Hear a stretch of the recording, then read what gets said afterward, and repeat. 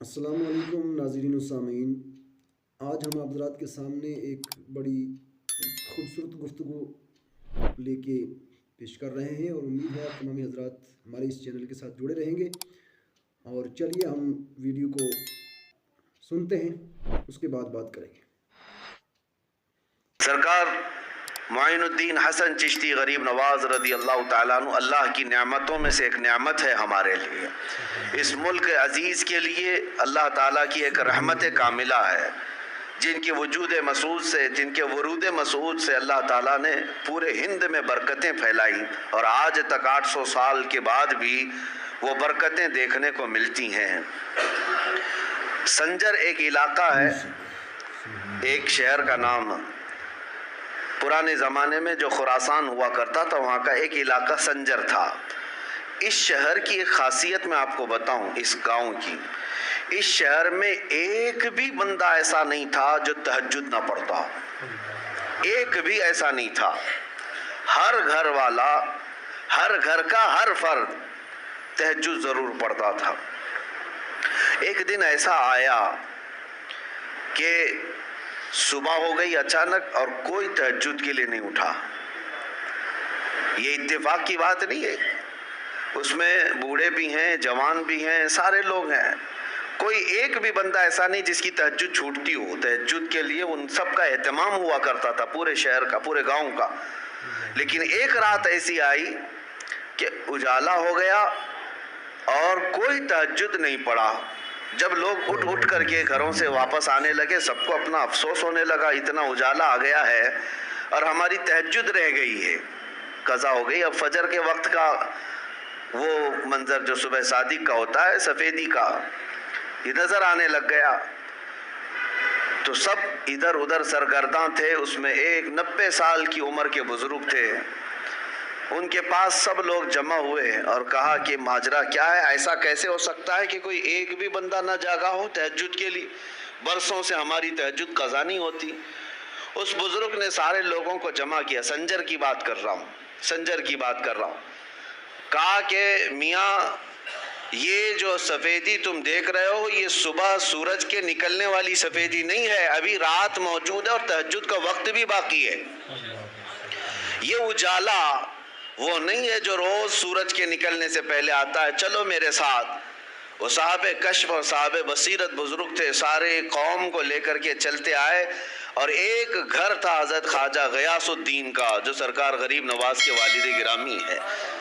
उस घर के पास आए तो देखा रोशनी वहां से निकल रही है और उनके घर पर पूरी सफेदी है और पूरे शहर, पूरे गांव में उजाला फैला हुआ है। उस बुजुर्ग ने कहा चलो इस घर का ये मसला है।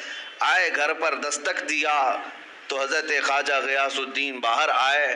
पूछा कि क्या मामला है? तो मुस्कुराते हुए कहने लगे, आज मेरे घर में बेटे की विलादत हुई है और उसका नाम हसन रखा गया है। ये वही विलादत है जिसको आज पूरे आलम में गरीब नवाज के नाम से याद किया जाता है। अजीज़ान गिरामी वक़ार, जिनकी पैदाइश इस हाल में हो कि वो आते साथ पूरे शहर को उजाला बख्श रहे हों, तो फिर जिस मुल्क में कदम रखें इस्लाम का उजाला क्यों ना अता करेंगे? वो कुफ्र की अंधेरियों को छांट करके हमें इस्लाम की रोशनी देने के लिए ही तो आए थे।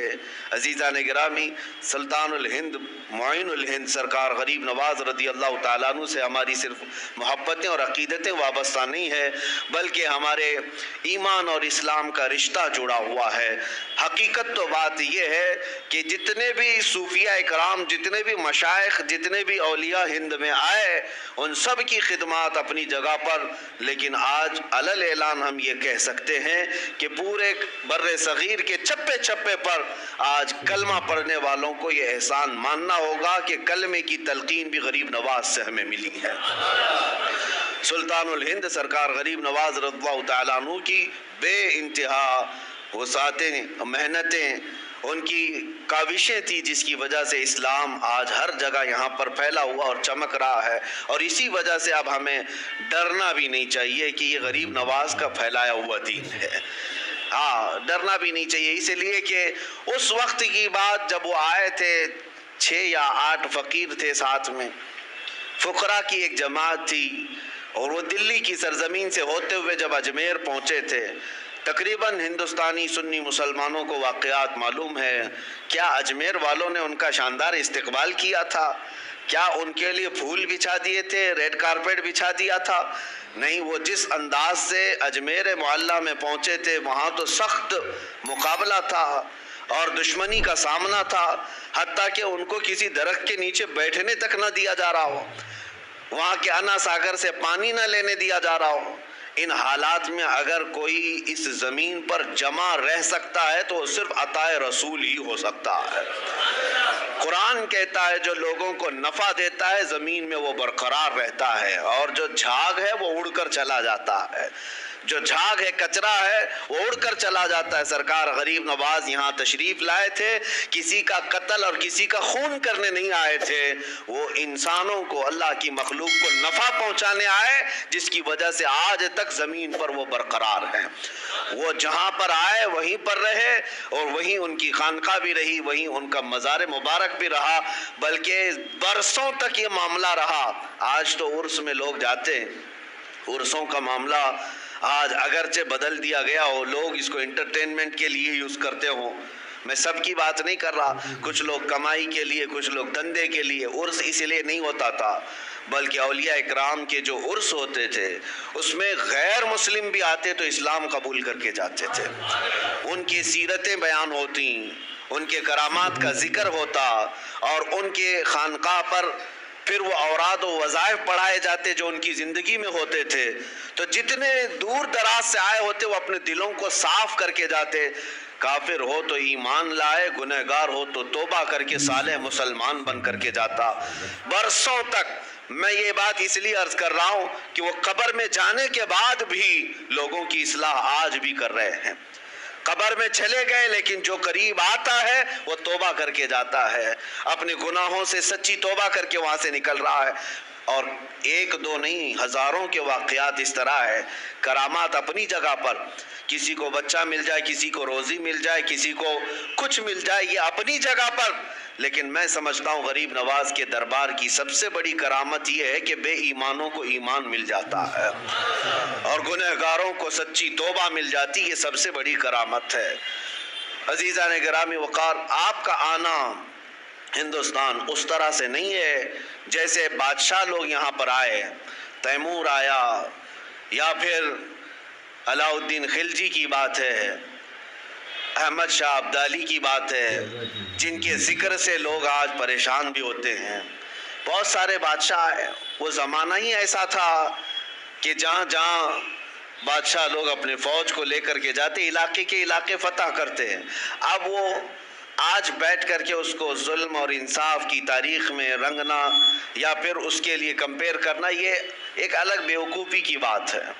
वो दौर ऐसा था कि ज़मीन जिसकी है, जो ताकत के साथ इस्तेमाल हासिल कर ले, उस तरह से मामला चलता था। आज के दौर की तरह नहीं है।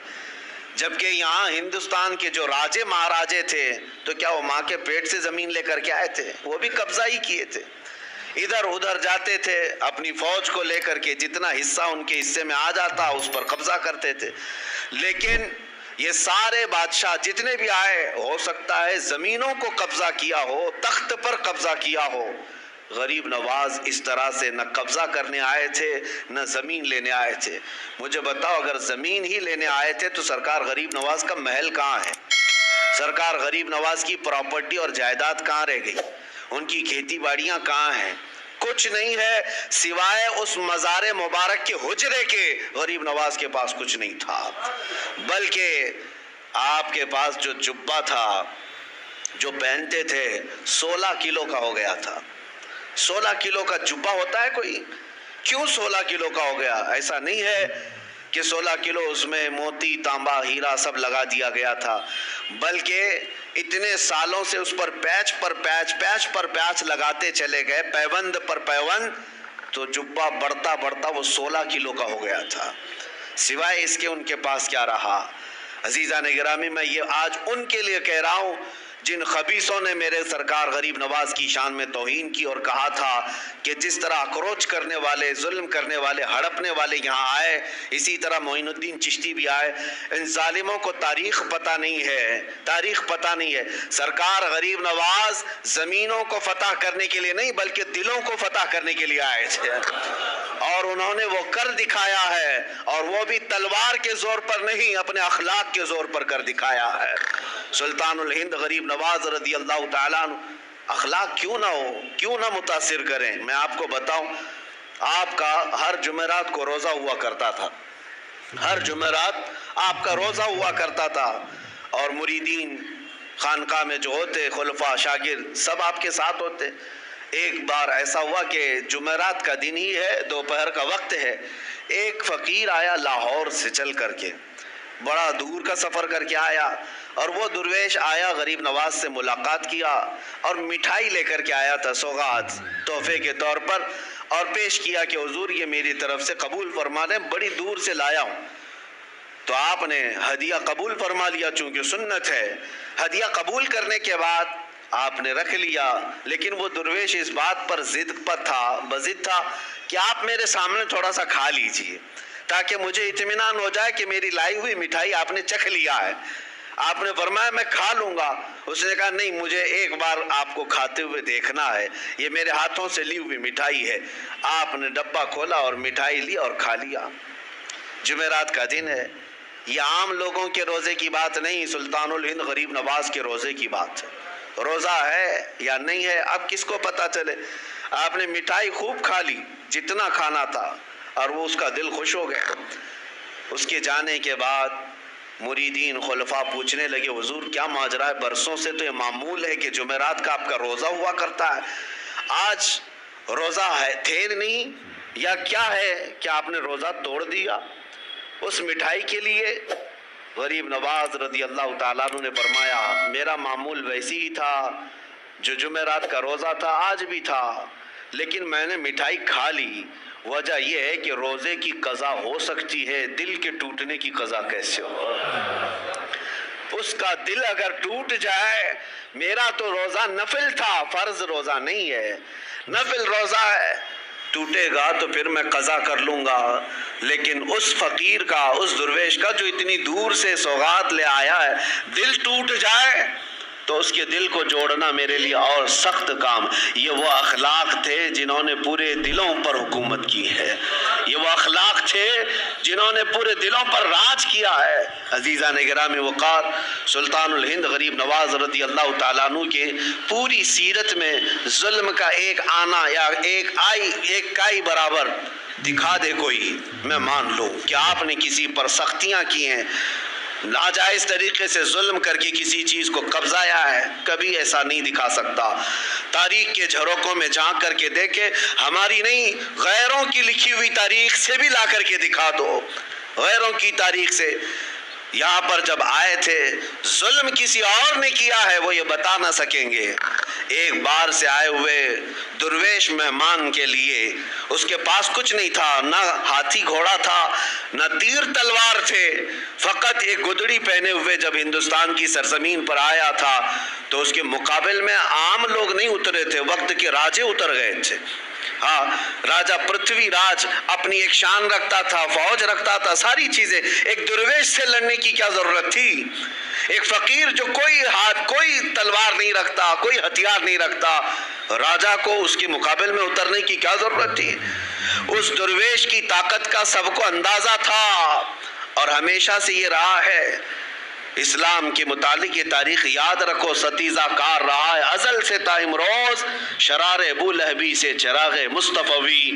हमारे यहाँ कभी भी क्वांटिटी नहीं देखी गई है, हमारे यहाँ सिर्फ क्वालिटी पर ही दारो मदार हुआ करता है।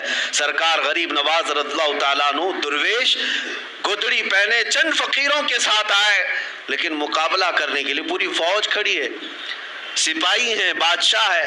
इतने पर बस ना हुआ तो जादूगर भी लाए गए, जादूगर भी लाए गए। अन्ना सागर का वो मकाम आज भी मौजूद है, सबसे पुराने मंदिरों में वहाँ पर एक जादूगर भी रहा करता था जो कभी बाहर भी नहीं आया था। और उसके बाद जब उस तक बादशाह राजा की ये बात पहुंचाई गई कि एक दुर्वेश ऐसा आया है जो चमत्कार पे चमत्कार करता है और लोग उसके दीवाने होते चले जा रहे हैं, आप कुछ उसकी रोकथाम के लिए करें। उसने तकरीबन 300 या 500 पुजारियों को बुलाया, सबको मंत्र दिए, कहा कि हम उसका मुकाबला करेंगे।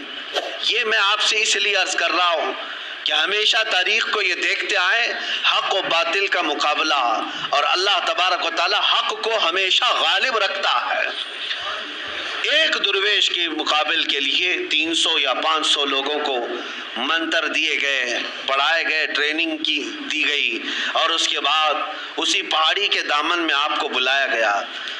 आपके आने से पहले वो सब लोगों ने देखा नहीं था कौन आने वाला है। आम मुकाबलों की तरह इस मुकाबले के लिए भी तैयार थे, जादू टोने के जरिए से। आने वाला कौन है किसी को पता नहीं था, लेकिन जब सुल्तानुल हिंद गरीब नवाज अताए रसूल हैं, चेहरे पर मेरे मुस्तफ़ा की वजाहत मौजूद है, नूर टपकता था पेशानी पर। जब आप तशरीफ लाए, जब वहाँ पहाड़ियों के दामन में करीब आए, तो बड़े साधु ने कहा कि अपने मंत्र पढ़ना शुरू कर दो ताकि उस पर अब असर शुरू हो जाए। अजीब हालत है कि हमने तारीख में देखा कि वो 300 के 300 दौड़ते हुए गए, ला इलाहा इल्लल्लाह, ला इलाहा इल्लल्लाह, ला इलाहा इल्लल्लाह, ये करते हुए उनके करीब आए। और उसके बाद सरकार गरीब नवाज रज़ियल्लाहु ताला अन्हु के कदमों में वो गिरे। आपने सबको उठाया जो बरसों से किसी जाप में थे, लेकिन वो मुरीदीन के हल्के में शामिल हुए। उस वक्त जो बड़े बड़े लोग जादू वाले थे, उन्होंने ये ऐलान किया कि ये जादूगर नहीं है जिससे हम मुकाबला कर रहे हैं, जादू का मामला अलग होता है। इसके पास जो जुबान है वो कोई और है जो दिलों को भी खरीद लिया करती है। अजीज़ान गिरामी वक़ार, मुकाबले तो होते रहे, वो तन्हा रहे, लेकिन अल्लाह रब्बुल इज़्ज़त की ज़ात पर तवक्कुल और यकीन ऐसा था। आपको मैं एक बात बताता हूँ, ये वो दौर था जब आप हिंदुस्तान आ रहे थे। शिहाबुद्दीन गौरी, उसने कई मर्तबा हमले किए थे पृथ्वीराज के साथ और कई राजाओं के साथ, लेकिन शिकस्त खा करके जाता था। आप सरकार गरीब नवाज तशरीफ ला रहे थे, वो शिकस्त खाए हुए जा रहा था, तो नजर पड़ी ये फकीरों के काफिले पर कि कहाँ जा रहे हैं। तो सरकार गरीब नवाज ने पैगाम भेजा बादशाह वक्त को, और उसके सिपाही हाथी घोड़े हथियार सब लेकर जा रहे। आपने पैगाम ये भेजा कि हम हिंदुस्तान फतह करने जा रहे हैं। कौन लोग? 8 फकीर लोग। सरकार गरीब नवाज ये कह रहे हैं कि हम हिंदुस्तान फतह करने जा रहे हैं, और उधर की फौज शिकस्त खाकर जा रही है पूरे हाथी घोड़े हथियार के साथ। तो वो एक कहका लगाया कि ये गुदड़ी पहने हुए दुर्वेश बात कह रहे हैं हिंदुस्तान फतह करने की, क्या देखते नहीं हमारे पास कितनी बड़ी फौज है, कितनी बड़ी ताकत है, क्या क्या हथियार से हम लेस हैं। तो सरकार गरीब नवाज ने फरमाया बात यही है, फ़र्क यही है कि तुम जब भी जाते हो ये हाथी घोड़े और हथियारों पर भरोसा कर जाते हो, मोइनुद्दीन अल्लाह के भरोसे जा रहा है, अल्लाह हमारे साथ है। और तारीख ने आज देख लिया, जो अल्लाह पर तवक्कुल करके आया था, 800 साल गुजर गए, कुर्सी अभी हिलने का नाम नहीं लेती। आज तक वो हुकूमत कायम है, दिलों पर कायम है, दिलों पर कायम है। अजीज़ान गिरामी वक़ार, हम तो हम हैं, गैर भी उनको सुल्तानुल हिंद कहते हैं। आज सरकार गरीब नवाज रज़ियल्लाहु ताला अन्हु की अज़मत को आज तस्लीम करते हैं। मैं जो बात अर्ज़ कर रहा था वो ये, मुकाबले क्यों ना होंगे, हर तरह से जुल्म के साथ आपको शिकस्त देने या हटाने की कोशिशें हर लम्हा हुई, लेकिन एक दर्स मिलता है आपकी ज़िंदगी से, एक दर्स मिलता है, चाहे अंधेरा कितना भी आ जाए सुबह तो होना है, रात कितनी काली क्यों ना हो जाए सूरज को निकलना तो है ही है। इसलिए मेरे अजीज़ों, ज़िंदगियों में अगर कभी कठिनाई आए, मुसीबतें आए, मशक्क़तें आए, तो ऐसा नहीं कि ज़मीन छोड़कर भाग जाएं या हा हू कर करके अपने आप को बेकाबू कर लें, बेसब्रापन दिखाएं, नहीं, थोड़ी देर इंतज़ार करें। अल्लाह करीम अपने बंदों को आजमाता है, और जो इस्तिकामत के साथ जमे रहते हैं फिर अपनी मदद भी नाजिल फरमाता है, मदद भी नाजिल फरमाता है।